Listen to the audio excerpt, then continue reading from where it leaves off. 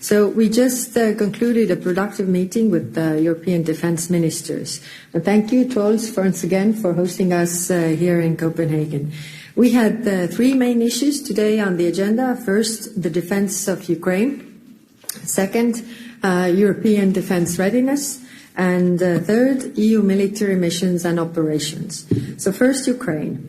The past weeks, we have seen diplomatic efforts to end Russia's war. And it's clear that Europe wants peace, America wants peace, Ukraine wants peace. Who doesn't want peace is Russia.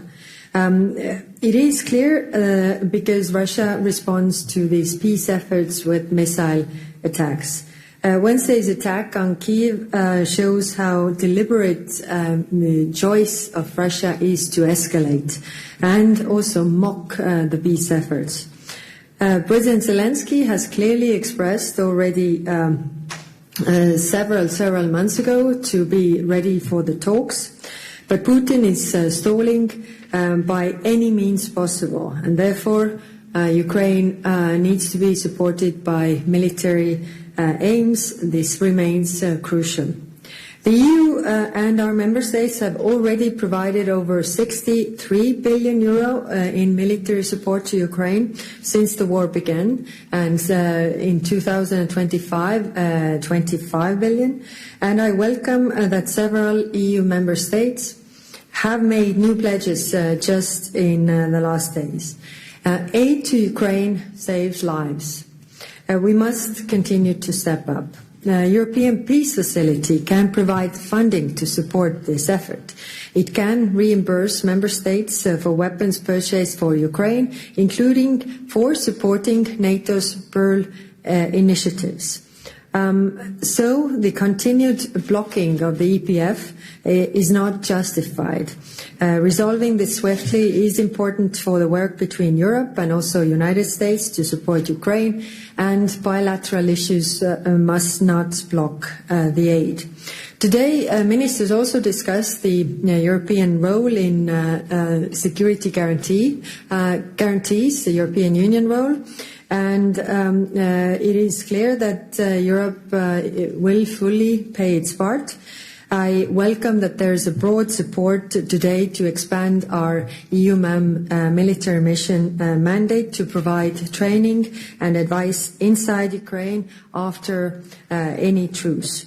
We are the largest provider of training to Ukraine's military. We have trained over 80,000 soldiers so far, and we must be ready to do more. This could include placing EU trainers in Ukrainian military academies and institutions. In parallel, our civilian mission can strengthen Ukraine's resilience against Russian hybrid attacks.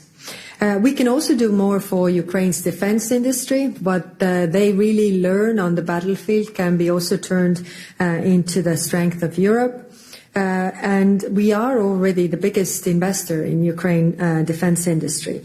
We can help Ukraine open production lines here in Europe and encourage greater European investment also in Ukraine. And Denmark has a leading way here, so really commend you on that. Going forward, we will closely coordinate with the coalition of the willing. Ministers were clear that the security guarantees for Ukraine must be robust and credible. 2022 must not be allowed to repeat. And then European own defense. At the June European Council, leaders agreed to increase defense spending and invest better together. EU member states identified 9 priority areas, such as air and missile defense, drones, ammunition. And today, ministers discussed ways to close the most urgent capability gaps, and mostly to do it jointly, to do it together, and to be more effective. We are identifying lead nations for each area by October European Council, alongside with the roadmap for defense with clear objectives and milestones. Europe is spending record sums on defense, but cash matters, but only if it delivers real capabilities, and only if we do it together. And finally, on European Union missions, military missions and operations, Over 5,000 European personnel serve worldwide today. They maintain security and safety in the Balkans, protect shipping in the Red Sea, and also combat piracy in the Indian Ocean. These missions are vital to global security, and today ministers discussed the ways to ensure these missions better support European Union geopolitical interest, where we can have most effect, where we can't, how we should make those operations really work together with the partner countries to address their needs, so that we are able to review the mandates if necessary, and also to review the impact for the times to come. So many important topics, and it was really a good discussion. So thank you, and I'm ready to take your questions afterwards.